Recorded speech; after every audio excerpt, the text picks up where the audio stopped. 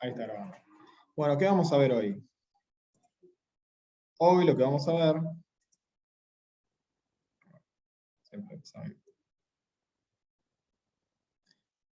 Hoy lo que vamos a ver es lo último del trabajo práctico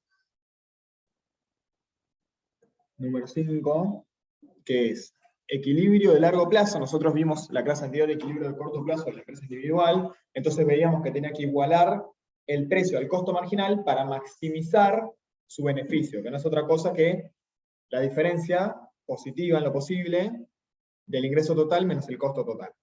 Para maximizar esa diferencia, ese beneficio, tenía que igualar el precio, que es la pendiente del ingreso total, ¿no?, al costo marginal, que es la pendiente del costo total. Al igualar esas dos pendientes, el productor individual determina cierta cantidad de producción y con esa cantidad de producción va al mercado a ofrecerle al precio de mercado. El productor individual en competencia perfecta, que es en donde estamos, no incide en el precio, ¿no?, del bien. El mercado le dice cuánto vale. ¿Está bien? Cada productor individual es demasiado pequeño para influir en el precio. Así que igual que el consumidor, el productor individual toma el precio como dado, como un dato de la realidad. No incide en él, y por más que produzca mayor o menor cantidad, el precio no se altera. Esta condición se va a modificar cuando nosotros veamos las distintas formas de competencia imperfecta o de monopolio y demás, ¿no?, que es los temas que siguen. El monopolista, la diferencia con el competidor va a ser que el monopolista determina el precio al que vende y no va a poder aumentar su cantidad sin que eso impacte en el precio de mercado, ¿sí? Si él quiere aumentar la cantidad que vende, necesita reducir el precio necesariamente, porque es el único oferente al que se enfrenta la demanda. Pero va a tener la ventaja que va a poder poner precios por encima de sus costos marginales, con lo cual va a obtener una ganancia extraordinaria, ¿no? Pero bueno, por ahora seguimos con competencia perfecta, y lo que vamos a ver ahora, a diferencia del corto plazo, es el largo plazo. La diferencia entre corto plazo y largo plazo, como ustedes saben, es que las empresas tienen la posibilidad de modificar la cantidad de todos sus factores. No tienen factores fijos. Es decir, que entonces pueden optar por la escala de producción óptima para la cantidad que quieran producir. Esto significa que no van a estar atados a la escala de producción en la que están hoy, con el capital igual a determinada cantidad de capital fijo, sino que van a poder variar esa escala, ya sea expandiéndola o reduciéndola. Como dice acá en el primer párrafo de esta filmina,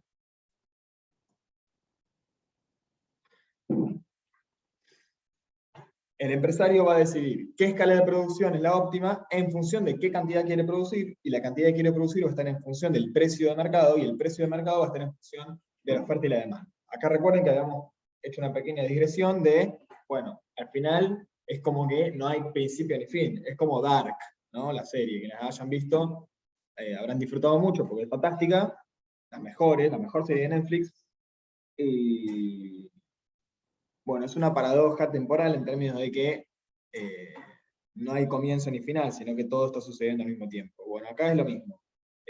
La microeconomía es como Dark. El precio surge de la oferta y la demanda.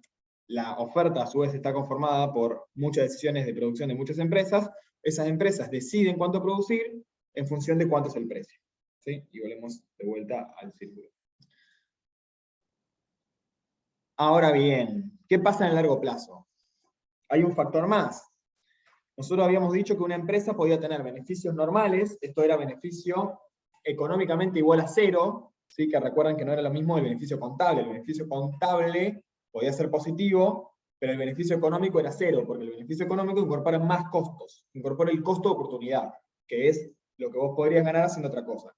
Si tu beneficio es cero, quiere decir que vos estás ganando lo mismo que cualquier otra actividad, por eso se llama beneficio normal, ¿sí?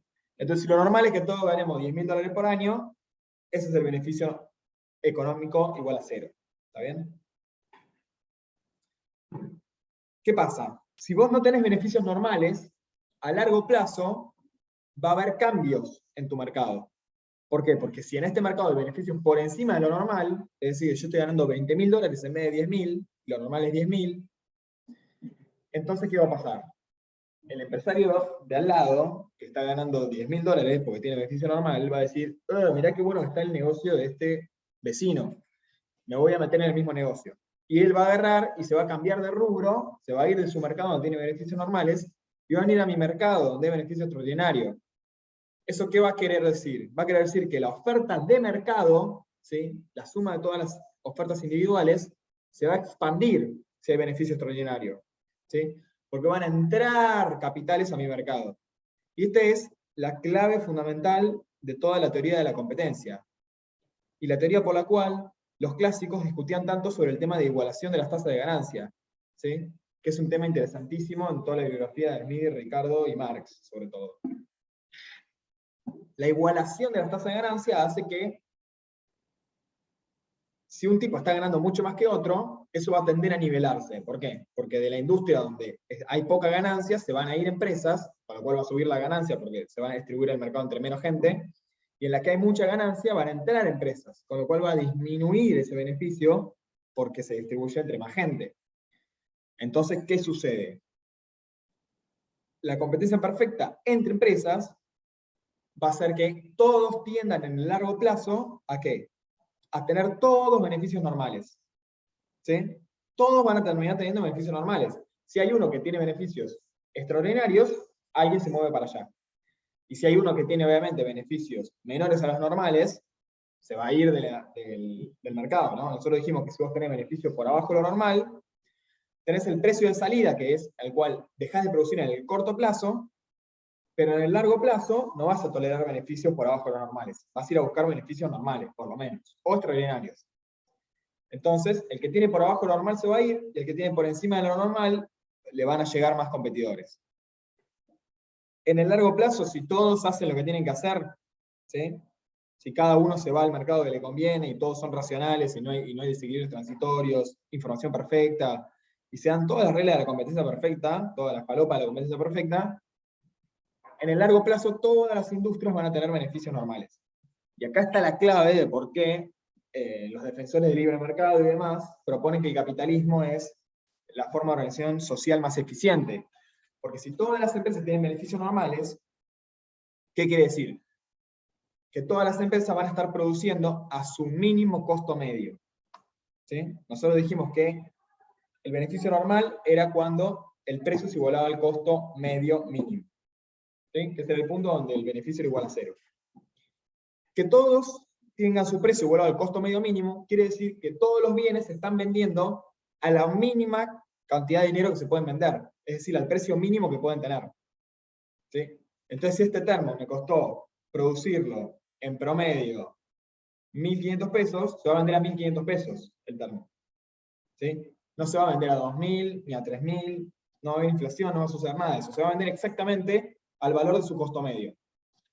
Y además su costo medio va a ser el más eficiente posible. No va a haber manera, ni contratando más trabajadores, ni contratando más capital, ni invirtiendo en tecnología. No hay forma de que esto sea más barato. Es lo más barato posible. ¿Sí? La única forma sería obviamente una innovación tecnológica que hiciera caer los costos de todas las escalas. Pero solamente con reasignación de factores de recursos no hay manera de que sea más barato. Entonces, ¿qué se logra? La eficiencia productiva y asignativa en su máxima expresión. Vamos a verlo gráficamente. Nosotros vamos a tener en el corto plazo una situación como esta, ¿no? Tenemos una curva de costo medio y una curva de costo marginal. Esta curva de costo medio tiene entre paréntesis K igual a 1. ¿Por qué? Porque esta es mi curva de costo medio si mi capital estuviera fijo, no una unidad, por ejemplo, ¿no? Entonces yo voy a tener el precio 0 y mi precio 0 donde se iguala mi costo marginal, que es en Q de corto plazo, ahí voy a producir y voy a vender a este precio. Y acá estoy en equilibrio de corto plazo. ¿Correcto? Este es mi equilibrio de corto plazo, así resuelvo mi problema de corto plazo. En el largo plazo, yo tengo la posibilidad de contratar otra unidad de capital. Entonces voy a ver cómo son mis costos con 2 unidades de capital, para comparar. Este es mi costo medio con 2 unidades de capital. Como pueden ver, a partir de determinado nivel de producción, esto me resulta más barato, más conveniente, ¿no?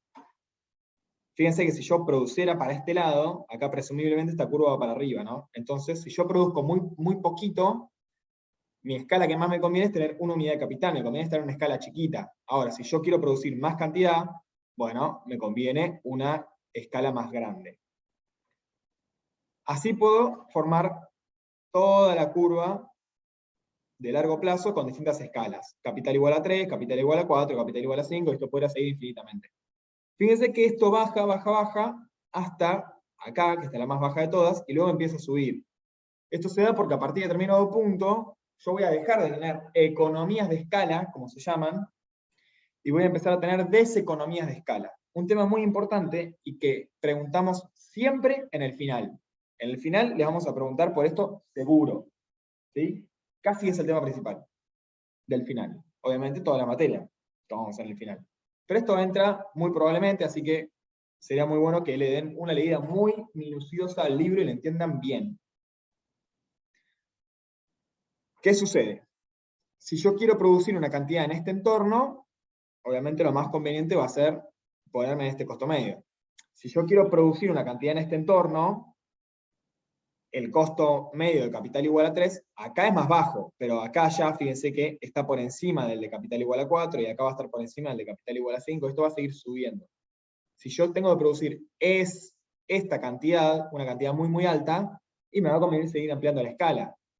Por más que esto esté por encima de esto, a misma cantidad, este es el más eficiente posible, ¿sí? A misma cantidad.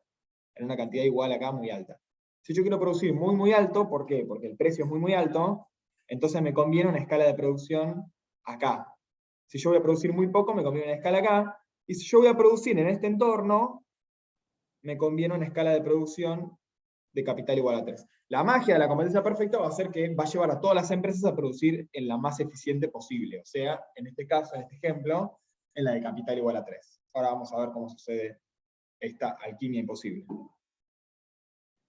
La curva de costo medio de largo plazo va a ser la envolvente de todas estas curvas. ¿Sí? La envolvente quiere decir, obviamente, la que las recubre.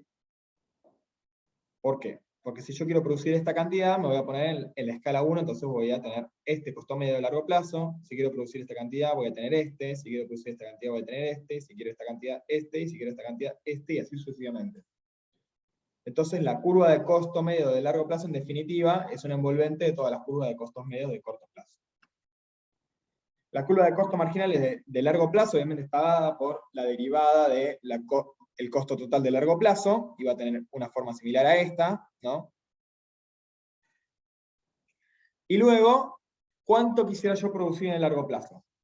Si el precio es igual a 0, que es el mismo que teníamos antes, ¿sí? Fíjense, acá yo producí esa cantidad. Bueno, en el largo plazo voy a producir esta cantidad. ¿Sí? Esta cantidad porque el precio me da para llegar hasta acá. Con esta cantidad, que es la cantidad de largo plazo, ¿qué escala de producción elijo? Elijo la escala de producción con capital igual a 4, ¿sí? Que es la más baja para producir esta cantidad. La de capital igual a 3 pasa por acá arriba, y la de capital igual a 5 pasa por acá arriba, y estas ni hablar mucho más altas, ¿no? Van a seguir así, para arriba. Entonces mi escala más eficiente va a ser la de capital igual a 4. Fíjense, el mercado decide el precio igual a 0. El productor individual iguala el precio al costo marginal, y con eso decide la cantidad a largo plazo, que es esta, y con la cantidad a largo plazo va a decidir su escala de producción, que es esta. Eso es lo que decíamos en el primer párrafo de la primera filmina. El productor elige su escala en función de qué cantidad produce, en función de qué precio hay en el mercado. ¿Bien? Entonces tiene el precio, elige la cantidad y elige la escala. Muy bien. ¿Qué pasa con los beneficios? Acá el productor va a tener beneficios positivos. ¿Por qué? Porque puede vender las cantidades a este precio P0, y cada cantidad le va a costar en promedio este costo, ¿no? El costo medio que pasa por aquí. Supóngase que la cantidad fuera 10, este precio es de 30, y el costo medio de producir cada bien va a ser de 15.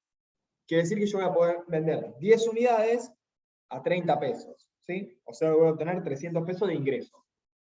¿Mi costo cuál va a ser? Va a ser mi costo medio, que dijimos que era 15, multiplicado por mi cantidad, o sea, 150 pesos. Yo ingreso 300 pesos y tengo que pagar de costos 150 pesos, tengo un beneficio positivo de 150 pesos, que va a ser exactamente el área de este rectángulo, ¿no? Todo lo que pasa por acá arriba es todo beneficio. Ahora bien, tengo beneficios positivos. ¿Qué va a decir mi vecino que tiene beneficios normales? Que tiene beneficio igual a 0. Che, qué buen negocio está haciendo este con los termos. Voy a incorporar a mi producción la producción de termos, porque la verdad que se gana 150 pesos y yo estoy ganando 0. Entonces, de aquí va a venir el precio, ¿no? De una determinada, un equilibrio de mercado. Esto, recuerden, es el mercado precio-cantidad, como vimos en el práctico 2, al principio de la materia. Yo parto de una situación inicial donde esto obviamente es mucho más grande la escala que esta, ¿no? Acá tenemos Q pequeña, que es la Q individual, que esto puede ser 10 unidades, y acá la Q grande, que puede ser 1.000.000 de unidades, porque esto de todos los productores de todo el mercado. La demanda del mercado y la oferta del mercado se encuentran y determinan el precio cero. Es el mismo, ¿no? Este sí es el mismo, P0 es igual a 30 pesos, acá también es 30 pesos. Es el mismo precio de equilibrio al que se enfrenta el productor individual. Pero ¿qué pasa? Como hay beneficios positivos en el largo plazo, ¿qué va a suceder en este mercado? ¿Quién me puede decir qué se va a mover en este mercado?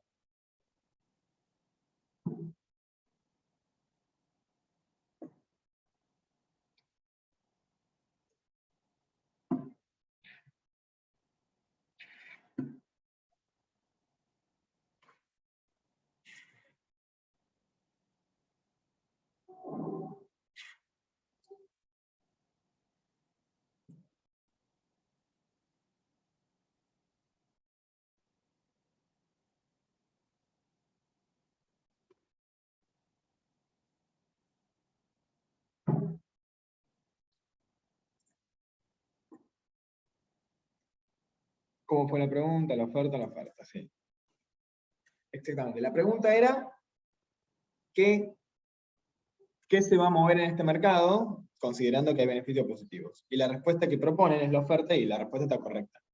Lo que va a pasar en este mercado es que como hay beneficios positivos, la oferta se va a expandir a la derecha, ¿sí? Es decir, entran más productores, y como entran más productores, a cada precio se va a vender mayor cantidad, ¿sí? Al precio cero antes se vendía esta cantidad, ahora al precio cero se va a vender toda esta cantidad otra. Como se expande a la derecha la oferta, fíjense lo que pasa con el precio de equilibrio. Antes estaba acá, ahora el precio de equilibrio va a estar aquí abajo. Entonces, en el largo plazo, en vez de enfrentarse al precio 0, el productor se va a enfrentar al precio 1. ¿Bien? Con lo cual, miren cómo cambia la historia. Antes el precio 0 estaba acá y producía esta cantidad, ahora se va a enfrentar al precio 1 y va a ofrecer una cantidad más pequeña. Cada productor individual va a ofrecer una cantidad más pequeña. La cantidad total de mercado va a ser más grande, porque hay más productores, pero cada uno va a tener una parte más chica. ¿Sí? Sin embargo, acá todavía estoy en la escala 3 y todavía tengo beneficios positivos, ¿verdad? La diferencia entre el precio y el costo marginal, que son iguales, y el costo medio, sigo teniendo beneficio positivo.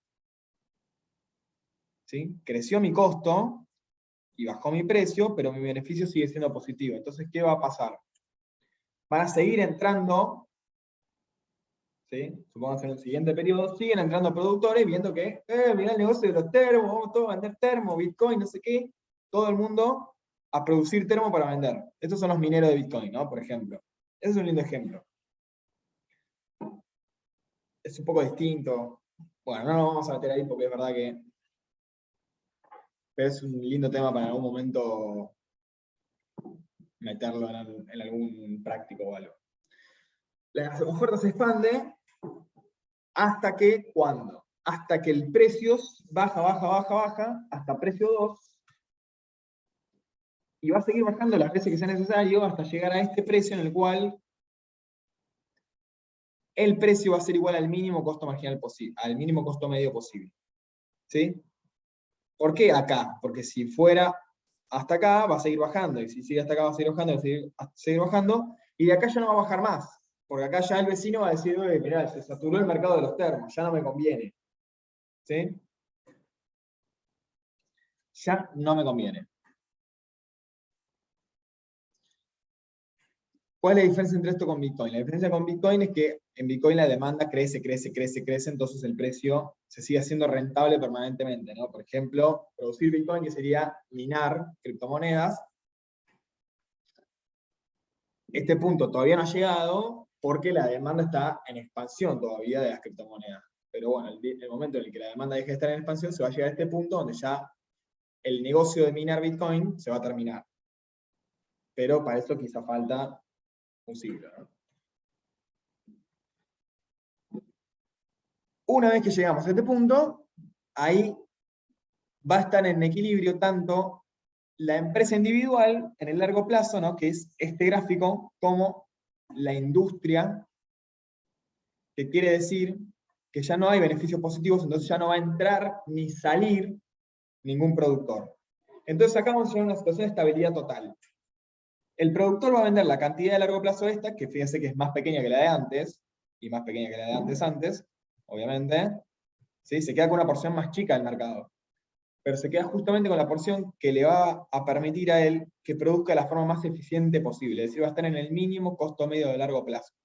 ¿Sí? Fíjense que de ninguna manera él podría bajar sus costos por encima de este valor. Jamás. Con una escala más chica los costos son más altos y con una escala más grande los costos son más altos. Entonces él produce de la forma más eficiente posible. ¿Sí? A su vez, fíjense lo que pasó en el mercado. Antes los consumidores obtenían esta cantidad a este precio y ahora obtienen una cantidad mucho más alta, o sea, consumen mucho más y encima un precio mucho más bajo.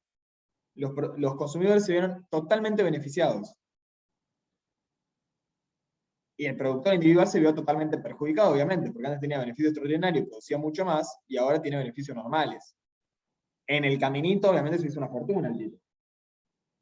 Pero en definitiva, ahora va a estar ganando beneficios normales, o sea, beneficios como todo el resto de la economía, beneficios justos, podríamos decir, y va a estar produciendo una cantidad totalmente de equilibrio. En este punto ya no tiene incentivo ni para vender capital, ni para comprar, ni para cambiar de rubro, ni para nada. Va a quedarse ahí eternamente, si no hay un shock externo. ¿Sí?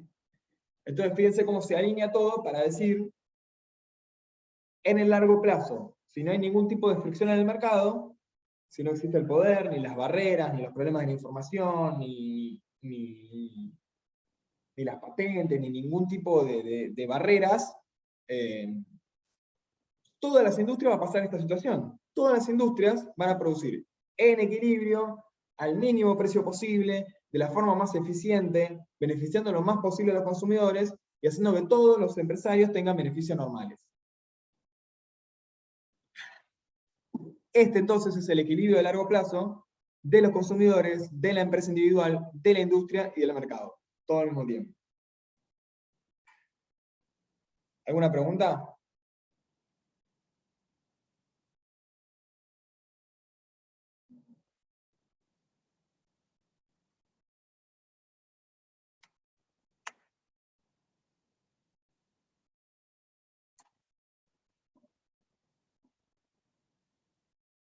Muy bien.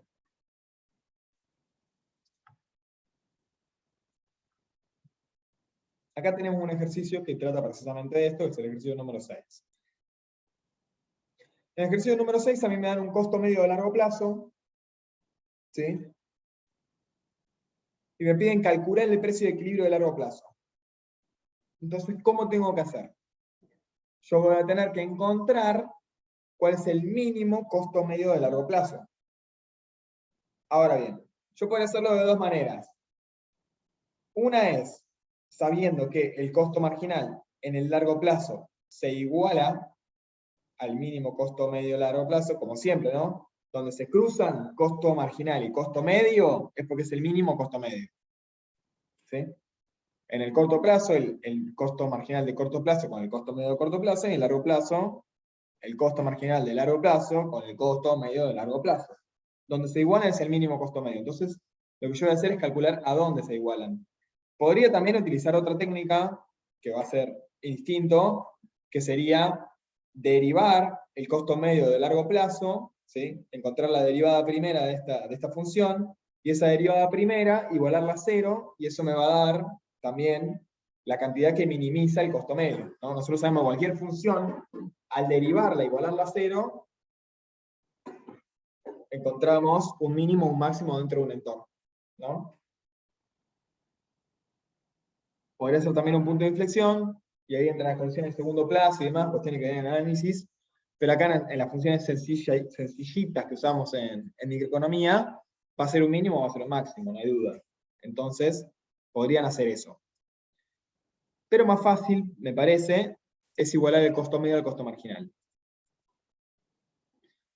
Primero tengo que encontrar el costo marginal porque no me lo dan, no explícitamente. ¿Cómo lo encuentro? Bueno, del costo medio voy al costo total, y del costo total me voy al costo marginal. Para encontrar el costo total, entonces, multiplico el costo medio por Q, fíjense que me da 2000, era 2000 menos 20K. 2000 menos 20Q más 0,1 por Q cuadrado. Multiplico todo por Q y me queda simple. 2000Q menos 20Q cuadrado más 0,1 Q al cubo. Esto lo derivo, me da 2000 menos 40 más 0,3 por Q cuadrado.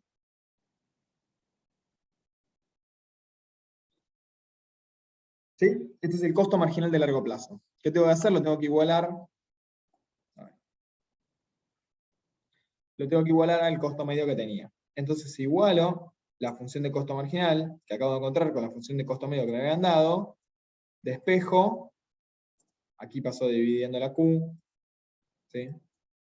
Paso el 20, paso dividiendo, y me queda Q igual a 100. O sea, ¿qué encontré?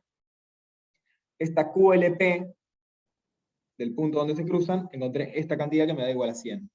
Tengo que encontrar cuál sería el precio, ¿no? O sea, ¿cuánto valdrían acá el costo marginal y el costo medio? Tengo que encontrar el valor vertical de este punto. Puedo encontrarlo reemplazando en cualquiera de ambas, ¿no? Reemplazando en costo marginal o reemplazando en costo medio, eso me va a dar cuánto vale el costo medio. Y el costo medio va a ser igual al precio de largo plazo. Reemplazo en el mínimo costo medio, voy a mover acá porque estoy tapando. Reemplazo en el mínimo costo medio, y al reemplazar me va a quedar un precio de largo plazo igual a 1000. ¿Sí? 2000 menos 20% más 0,1% al cuadrado, todo eso me da 1000. O sea, el precio de largo plazo es igual a 1000. Y así termina, creo que esta es la última que tengo acá. ¿Alguna pregunta?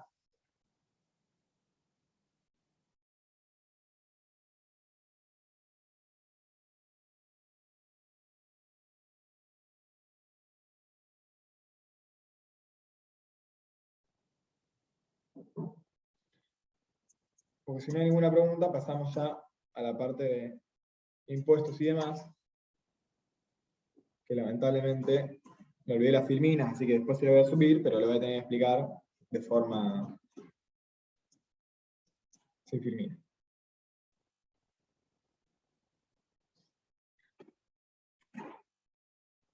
Para la parte de impuestos nosotros tenemos los últimos dos ejercicios, impuestos no, en realidad regulaciones del Estado, podemos decir, porque es un ejercicio sobre impuestos y es un ejercicio sobre precio mínimo y precio máximo.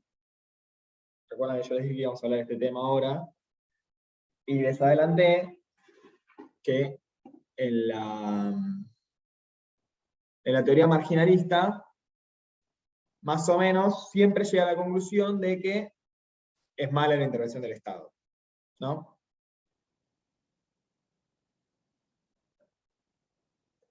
Muy bien.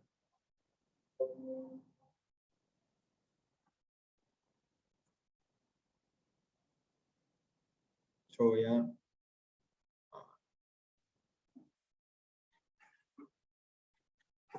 Fíjense si lo tiene abierto, yo tengo acá en otra computadora, me cuenta pasarlo.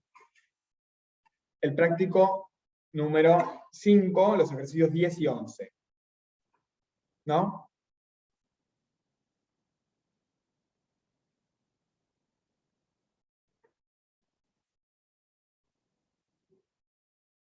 En los ejercicios 10 y 11, nosotros vamos a ver en el 10 la cuestión del impuesto y en el 11 la cuestión del precio mínimo y precio máximo. Para analizar impuesto y precio mínimo y precio máximo, lo que vamos a utilizar es, a ver, la herramienta del análisis de los excedentes, que hasta ahora no vimos nada de eso, pero posiblemente vieron algo en Introducción a la Economía.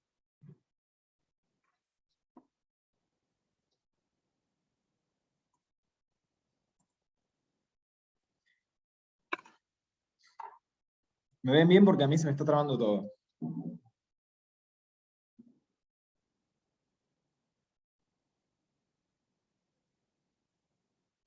Ahí Tiziana pregunta si es del práctico 5. Sí, es del práctico 5. Ejercicios 10 y 11.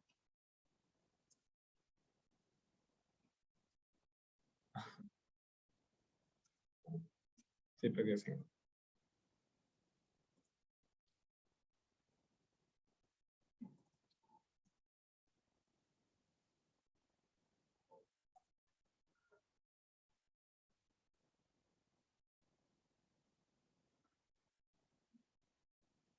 Medio trabado. Ah, ahí está. Se tilda, está bien, igual que a mí. Yo me veo todo tildado.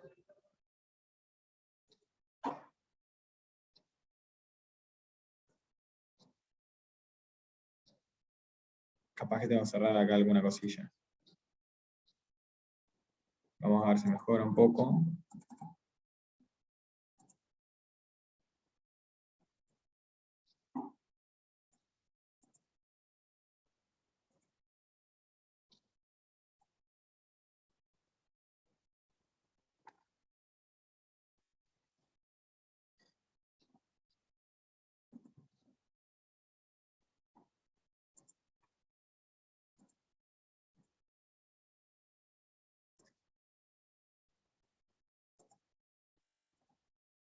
Bueno, si no mejora, no mejora. ¿Qué le vamos a hacer?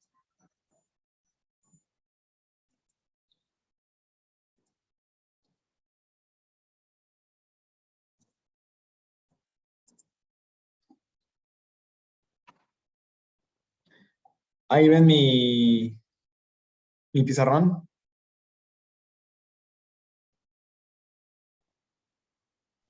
Todavía está cargando. Nosotros lo que vamos a hacer ahora, les decía, es analizar el tema excedentes. Bien. Así trabado esto va a ser una tortura, pero bueno. Yo tengo acá un mercado, ¿verdad? Precio y cantidad. Tengo una demanda, tengo una oferta. Eso es una... Tenemos un equilibrio de mercado como cualquiera, ¿no? Entonces acá vamos a tener el precio y la cantidad de equilibrio. Lo que nosotros vamos a utilizar para medir, para todo lo que es el estudio de el bienestar de la sociedad, es lo que se denomina los excedentes. ¿El excedente qué es? El excedente es cuánto efectivamente está gastando el consumidor respecto a lo que estaría dispuesto a gastar y cuánto efectivamente está ganando el productor por encima de sus costos marginales, ¿no? Entonces, yo tengo un equilibrio como este, ¿y qué sucede? El consumidor está pagando este precio, ¿no? Para obtener esta determinada cantidad. Y fíjense que para obtener esta cantidad, para obtener esta, cualquiera inferior a la cantidad de equilibrio, el consumidor estaría dispuesto a pagar cualquiera de estos precios, ¿no? Esto salvo que estemos hablando de un productor monopolista discriminador de tercer grado, que es un caso muy particular que creativamente no existe, el consumidor se está ahorrando, digamos, todo este valor por consumir cantidades menores a la que está consumiendo, ¿verdad? Entonces, decide consumir esta cantidad, pero si yo pudiera separar los consumidores, podría a un consumidor venderle esta cantidad a este precio, a otro venderle este precio, a otro venderle a otro este precio, y así sucesivamente. Entonces, todo lo que está por encima del equilibrio es un excedente del conjunto de los consumidores, ¿sí? Que va a ser, de alguna manera, la ganancia que tienen los consumidores entre la utilidad que obtienen de los bienes y el costo que están pagando por esos bienes, ¿sí? Esto entonces se va a denominar el excedente del consumidor, EC. Y va a ser exactamente el valor del área de este triángulo. Si ustedes recuerdan, el área de un triángulo se puede calcular muy simplemente con la fórmula base por altura, que se escribe con H, dividido 2. ¿Sí? Base por altura dividido 2 es la fórmula del área de un triángulo. Entonces, la base de este triángulo, ¿qué es? Es esta distancia, ¿no? Entre la cantidad de equilibrio y el 0, y la altura de este triángulo es la distancia entre el máximo precio que estarían dispuestos a pagar los consumidores, el precio que hace 0 la cantidad, y el precio que efectivamente están pagando. Entonces, esta altura multiplicada por esta base, dividido 2, me va a dar exactamente el valor de esta área. Supónganse, por ejemplo, ¿no? Que esto es 10, acá cruzan 10, esto es 5, esto es 100, ¿no? La cantidad de equilibrio es 100, el precio de equilibrio es 5, y el máximo precio que los consumidores estarían dispuestos a pagar, donde la cantidad se hace 0, es 10. ¿Cómo va a ser el excedente del consumidor? En este caso, el excedente del consumidor va a ser 10 menos 5, igual a 5, por 100, que es la base del triángulo, dividido 2, porque si yo hiciera 5 por 100, simplemente estaría haciendo todo este cuadrado, ¿no? Como solamente quiero hacer el triángulo, la fórmula apropiada es dividido 2. Y esto me da 250. 250 sería el excedente del consumidor. ¿Cuál va a ser el excedente del productor? Ya se lo podrán imaginar. El excedente del productor, vamos a borrar acá un poquito de boludeces que puse. El excedente del productor va a ser exactamente este valor, este triángulo, que ¿qué representa? Representa que el consumidor está cobrando este precio, el productor, perdón, está cobrando este precio, pero un productor estaría dispuesto a vender esta cantidad a este precio de acá abajo, esta cantidad de este precio, esta cantidad de este precio, y está obteniendo, cada uno de esos productores está obteniendo un precio más alto del que estaría dispuesto. ¿Sí? Entonces tiene también cierto excedente, que esto va a ser exactamente igual al beneficio bruto, ¿no? Sin los costos fijos. Esto entonces es el excedente del productor. Obviamente la fórmula también es base por altura dividido 2. ¿La base cuál va a ser? De acá hasta acá, ¿verdad? O sea, la cantidad de equilibrio va a ser la base nuevamente. La altura va a ser la diferencia entre el precio que está dispuesto, perdón, el precio de equilibrio menos el mínimo precio que estaría dispuesto a cobrar, ¿no? Siempre y cuando, obviamente, la oferta surja por arriba del 0. Si la oferta surge por abajo del 0, por ejemplo, un caso así, bueno, van a tener que sumarle una parte extra de acá, ¿no? Pero no se preocupen por eso, no vamos a hacer ahora. Siempre y cuando la oferta surja de 0, esto va a ser 0, o si surge de un valor de acá arriba, esto va a ser mayor a 0, pero en definitiva la diferencia va a estar, ¿no?, entre el precio de equilibrio y la ordenada al origen del productor. ¿Correcto? Muy simple. Si la ordenada al origen, por ejemplo, de esta oferta, yo la puse, ¿no?, la dibujé como si saliera del 0, pero imagínense que sale un poquito de arriba, que sale de 1, pongámosle, ¿no? Acá, 1. Entonces el excedente del productor va a ser igual a 5 menos 1, 4, por 100, que es la base, ¿no? Dijimos que la cantidad de equilibrio era 100. Todo dividido 2. Igual a 200. ¿Sí? El equilibrio del consumidor es 250, el equilibrio del productor es 200. Entonces decimos que el bienestar de la sociedad, ¿cuál va a ser? Obviamente la suma entre 250 y 200. 450. ¿Bien? Fíjense una cosa.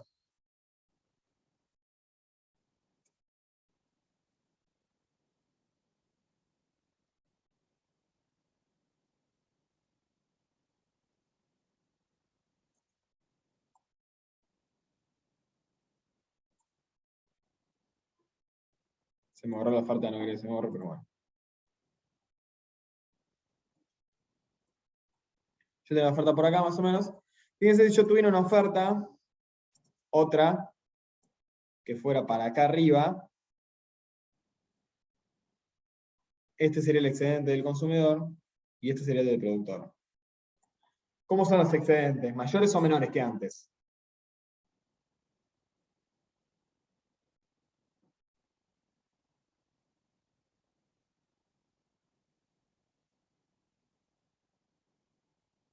Mayores para el productor, ¿puede ser?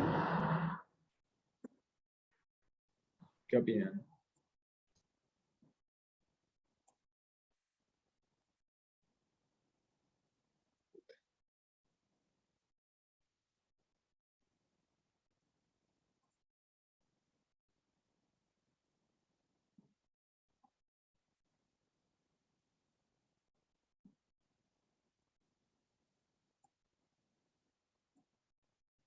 Mayores, dice Rocío que está mal. Paloma y Julieta dicen menores, que está bien. Son menores, sí, porque estos triángulos son más pequeños que los triángulos que teníamos antes, que el triángulo rojo y el triángulo verde. ¿No? Notablemente son más pequeños, de hecho son una parte pequeña del triángulo anterior. Y fíjense si yo tuviera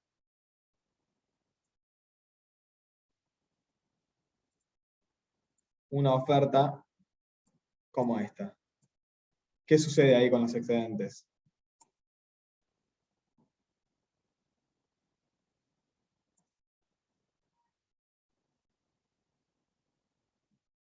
Esperen que esto me mueva. Ahí va.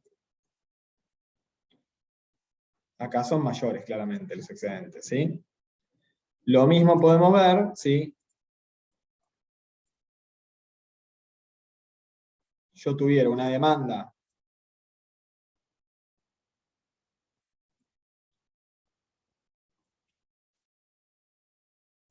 más pequeña, ¿ahí qué sucede con los excedentes? ¿Son mayores o son menores?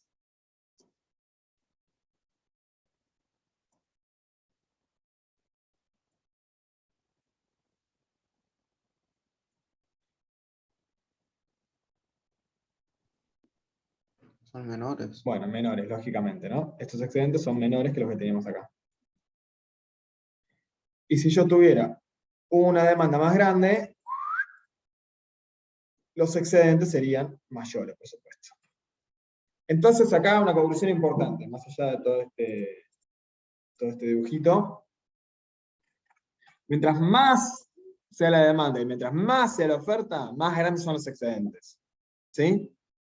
Entonces obviamente que a la sociedad le conviene más mercado, no menos. No restringir, sino ampliar el mercado lo más posible, porque entonces hay más excedentes. Excedente de los consumidores y excedente de los productores. Ahora, ¿qué va a suceder? Vamos a ver lo que pasa con los excedentes cuando el gobierno interviene en el mercado. ¿Sí?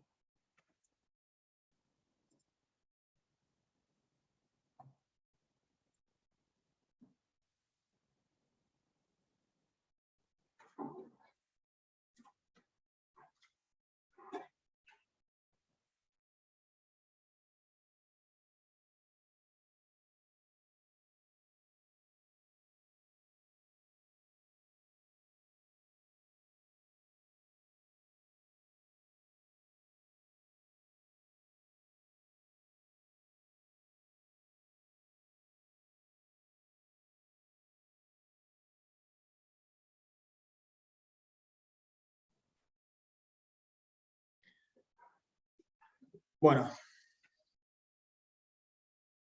Voy a compartir acá. Screen. Share. Fíjense, acá tenemos el ejercicio 10 del práctico, ¿verdad? El ejercicio 10, ¿qué me dice? Esto que ustedes están viendo acá es GeoGebra, donde uno puede graficar funciones y demás. Entonces yo lo tengo graficado acá y no tienen que sufrir con la tortura de mis gráficos hechos a mano.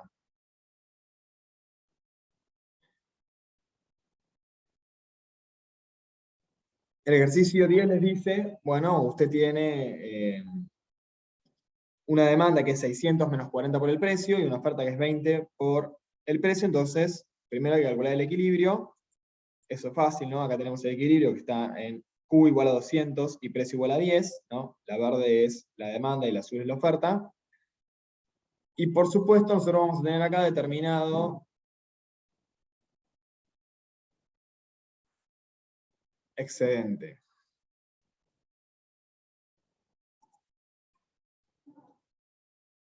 Quiero poner acá algún lapicito, pero no lo encuentro dónde estaba.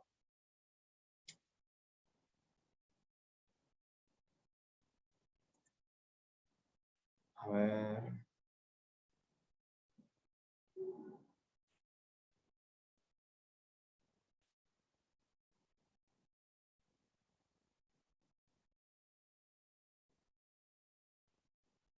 Bueno, no lo encuentro, pero se lo imaginan.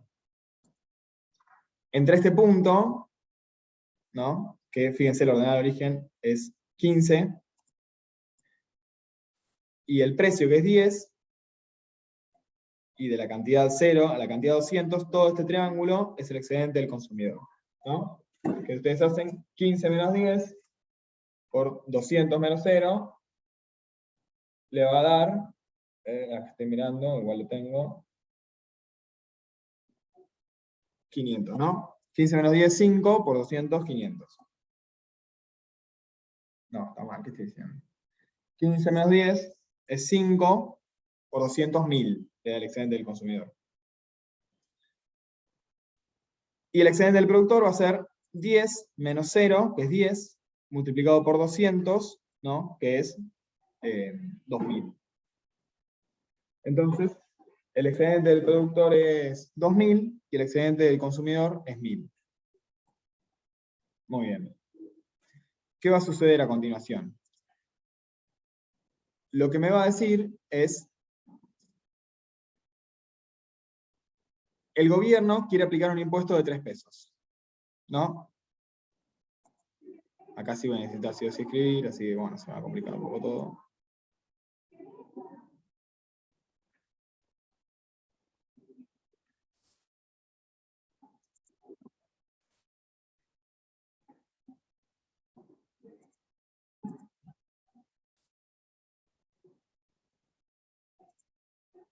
En las herramientas más está el lápiz, sí, pero no lo encuentro.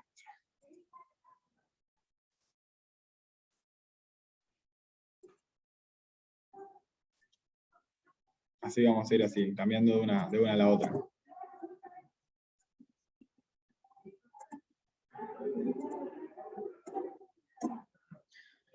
Bueno, decíamos que el gobierno va a querer aplicar un impuesto de 3 pesos por unidad vendida, ¿no? Entonces, Q es igual a 20 por el precio. ¿Cómo hago yo para esta oferta aplicar un impuesto de 3 pesos? Lo que voy a tener que hacer es despejar el precio, ¿no? Entonces voy a pasar el 20 dividiendo, me va a quedar 1 sobre 20 por Q es igual a P. ¿Sí? Y a esto le voy a agregar el impuesto de 3 pesos. Entonces me va a quedar que el precio prima va a ser igual al precio anterior, 1 sobre 20 por Q, más 3 pesos por unidad vendida, ¿sí? Entonces le agrego el 3. Esto va a ser por unidad, ¿por qué? Porque si a cada precio le agrego 3 pesos, entonces si yo vendo 10 unidades, va a ser 3 por las 10 unidades que vendí, 30. Entonces acá le voy a sumar 3, y voy a volver a despejar la cantidad, ¿no? Entonces 20 por P', perdón. P' menos 3 va a ser igual a 1 sobre 20Q. Voy a pasar el 20 multiplicando, y la nueva oferta me va a quedar 20P menos 60 es igual a Q'.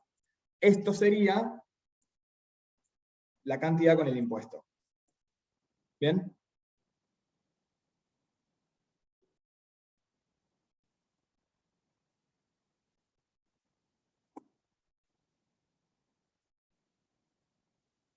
Yo nuevamente comparto. Y fíjense que acá agregué la oferta con el impuesto. En la oferta con el impuesto, la nueva cantidad de equilibrio va a estar en 160 y el nuevo precio de equilibrio va a estar en 11, ¿no? Esta es 20 menos 60. Sin embargo, el productor va a cobrar 3 pesos menos por cada precio, ¿sí? O sea, en vez de cobrar un precio igual a 11, que es el precio de equilibrio, va a estar cobrando un precio igual a 8. Por eso la oferta original se mantiene.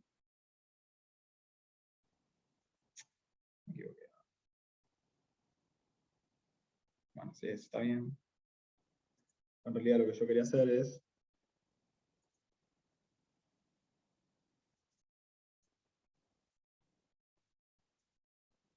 que es igual a 160. La oferta original se mantiene. Ay, puta madre, se me borró.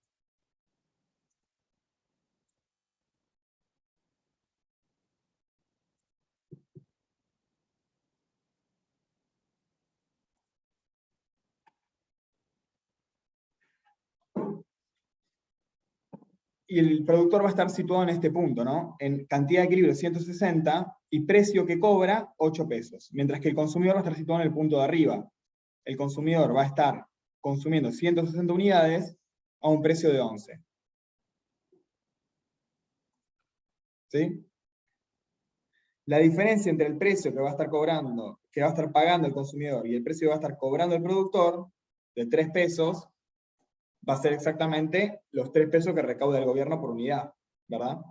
Entonces, fíjense que ahora el equilibrio se separa entre lo que paga el consumidor y lo que recibe el productor. En el medio está una brecha, que es lo que recauda el gobierno.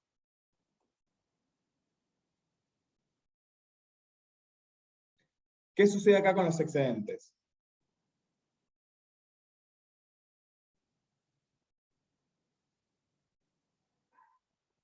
¿Quién me puede decir?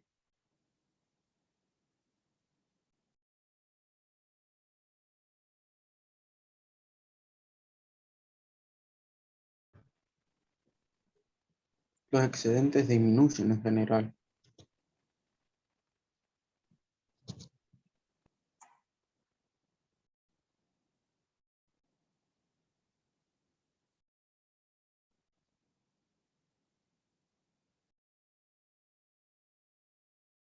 Se achican, efectivamente.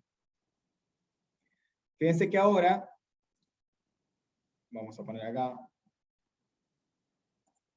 el excedente del consumidor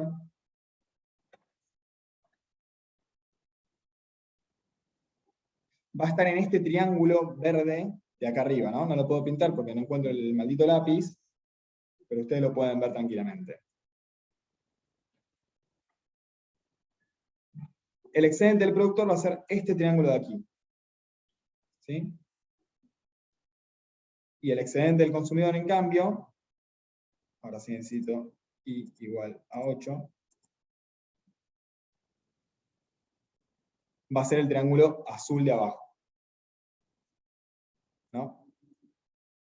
Este va a ser el excedente del productor, este va a ser el excedente del consumidor, y esto que está en el medio, este rectángulo del medio, esta brecha, va a ser la recaudación del gobierno, ¿sí? Que son los 3 pesos, la diferencia entre 11 y 8, multiplicado por la cantidad. Entonces el excedente del consumidor se reduce. ¿Cómo calculamos cuánto se redujo? Bueno, la ordenada del origen dijimos que era 15, el precio que paga es 11, 15 menos 11 es igual a 4, ¿sí? 4 por 200, perdón, esto es 4 por 160, ¿sí? Porque es 160 la cantidad de equilibrio. 4 por 160 dividido 2 me va a dar 320, que es el nuevo excedente del consumidor. ¿Bien? El nuevo excedente del productor va a ser 8 menos 0, que es igual a 8, multiplicado por 160 dividido 2, y me va a dar 640. ¿Bien? Nosotros teníamos antes un excedente del consumidor de 1000, y ahora tenemos un excedente, del productor de 1000, y ahora tenemos un excedente del productor de 640. O sea que el productor perdió 360 pesos de excedente. Teníamos del consumidor un excedente del consumidor de 500, ¿sí? 15 menos 10 por 200 dividido 2, que era 500, y ahora tenemos un excedente del consumidor de, dijimos, 320. Entonces perdió 180. Y la recaudación del gobierno, que es 3 pesos, ¿no? 11 menos 8, multiplicado por 160, ¿sí? Queda 480. Esto no se divide en 2 porque no es un triángulo, ¿no? Sino que es un rectángulo. Y fíjense qué sucede. Si ustedes hacen 320, que es el excedente del consumidor, más 480, que es la recaudación del gobierno, más 640, que es el excedente del productor, a ustedes eso les va a dar 1440, que es menor al bienestar social que había antes. Antes del bienestar social eran 500 más 1000, o sea, 1500 en total. Ahora tenemos, por un lado, el excedente de los consumidores, por otro lado, el excedente del productor, se suma la recaudación del gobierno, que antes era 0, y ahora es 480, pero la suma de todo da 1440. ¿Qué sucedió? ¿Por qué es menos? Porque este triángulo que se forma acá, ¿sí? Este triángulo pequeño que está acá, entre el equilibrio anterior, que era 200 al precio de 100, y el nuevo equilibrio desdoblado, ¿no? Que es 160 al precio de 11 y 160 al precio de 8, ¿no? Esto es lo que paga el consumidor y esto es lo que cobra el productor. Este triángulo formado por estos 3 puntos es una pérdida social neta, ¿sí? El excedente anterior se reparte en parte, se lo lleva el gobierno y se reduce los excedentes, pero además hay una parte que no se les lleva a nadie. ¿Que a qué se debe? A que antes estaban produciendo 200 unidades y ahora se están produciendo 160. ¿Sí? Se está produciendo menos que antes. Como se está produciendo menos que antes, esta pérdida social, que nosotros la podemos cuantificar, ¿no? Calculando el triángulo, imagínense, está de costado, entonces la base es 11 menos 8, que es 3, por 200 menos 160, que es 40, 3 por 40, 120, y 2, 60. ¿Sí? Estos 60 pesos es una pérdida social neta, se llama. Fíjense, precisamente esos 60 son los 60 que le faltan al 1440 para llegar a la suma de los excedentes anteriores. ¿Sí? Es decir, los excedentes anteriores, el del consumidor y el del productor, ahora se van a repartir en un excedente del consumidor más chico, un excedente del productor más chico, cierta recaudación del gobierno y una pérdida social neta que se sustrae del equilibrio.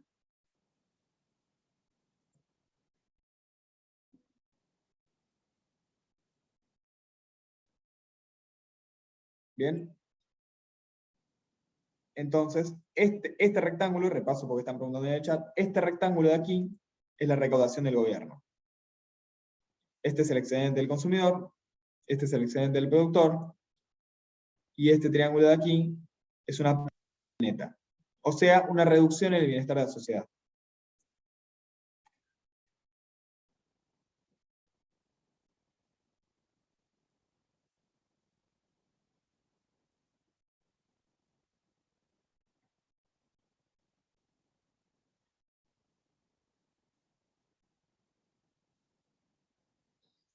¿Alguna pregunta?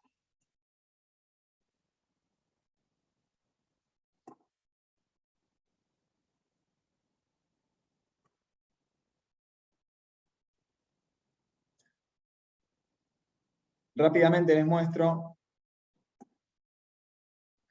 cómo sería el caso del ejercicio 11, no lo vamos a resolver ahora. Pero en el ejercicio 11 ustedes tienen una oferta y una demanda, un equilibrio de mercado, acá tienen que calcular el excedente, ¿no? Este excedente y este excedente, esto es muy sencillo, hasta acá. Y les dice, bueno, ¿qué sucede si el gobierno pone un precio máximo de 15 pesos? Entonces el gobierno fija este precio máximo, ahora ya no es un impuesto, ahora es un precio máximo, ¿no? Para intentar reducir el precio de determinado bien. ¿Qué va a pasar? va a haber un excedente de demanda, porque a ese precio los consumidores quieren demandar esta cantidad, pero la oferta va a ser únicamente acá 45 unidades, ¿no? Entonces, fíjense lo que va a suceder acá. El excedente del consumidor, que antes llegaba hasta acá, ahora lo que va a pasar con el excedente del consumidor es que va a llegar hasta acá, va a ser este triángulo, y se va a sumar este rectángulo que va a ser también parte de su excedente, porque el consumidor se va a situar acá, ¿no? Que es al mínimo precio posible, 15 pesos, que es el precio máximo que fija el gobierno, va a comprar las 45 unidades que le ofrece el productor. Entonces, como el equilibrio está acá, en este punto, todo esto ahora es excedente del consumidor. Si ustedes lo calculan, que les queda como tarea para la casa, van a ver que es un excedente mayor al anterior. El productor, por su lado, va a sufrir mucho la política de regulación del gobierno. Va a tener un excedente del productor totalmente reducido, ¿no? Antes estaba hasta acá, y ahora llega hasta acá. Entonces, se va a reducir. ¿El total del bienestar de la sociedad va a ser mayor o va a ser menor? Porque ahora crece el excedente del consumidor y se reduce el excedente del productor.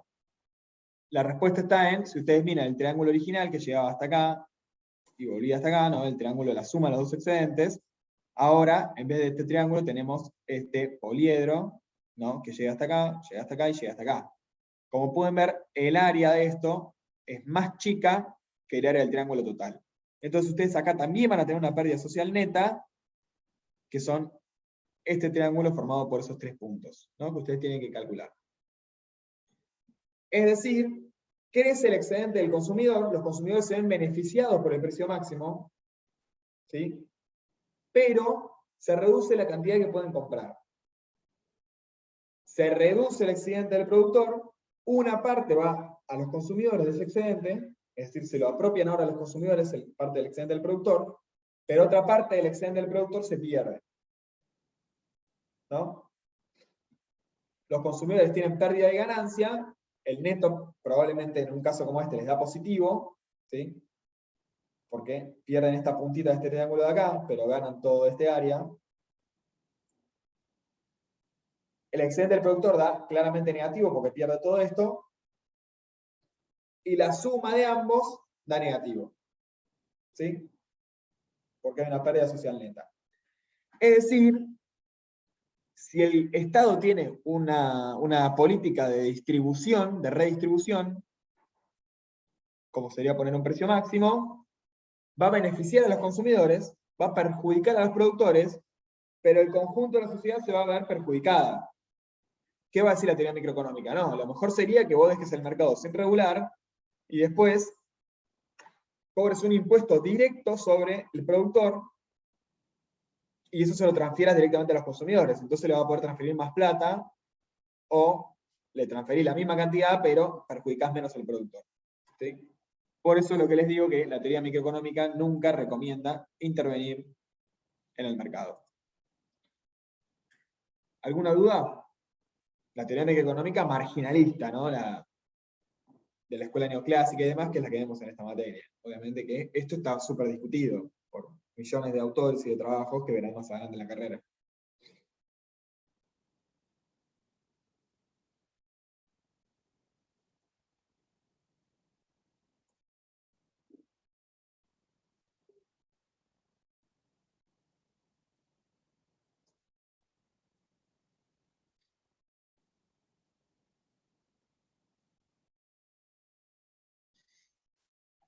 Les queda para resolver, obviamente, todos los ejercicios que no vimos del práctico 5, y sobre todo les encomiendo hacer este ejercicio 11, a ver si pueden encontrar los excedentes, ¿no? Igualmente está todo colgado en las resoluciones en el espacio de trabajos prácticos. Recuerden que el jueves que viene es el recuperatorio, y el otro jueves la clase de monopolios que la va a estar dando Rodri. ¿Bien? Si tienen clase de consulta el viernes de la semana que viene, así que ahí le mandan sus consultas a Rodri, vayan resolviendo estos temas, le mandan sus consultas a Rodri y tienen la clase de consulta el viernes a las 11 como es habitual. ¿Bien? Si no hay ninguna pregunta más, nos despedimos.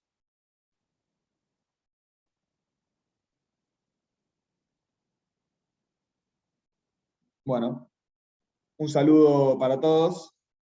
Éxitos a los que rinden el recuperatorio y nos vemos la próxima. Nos vemos.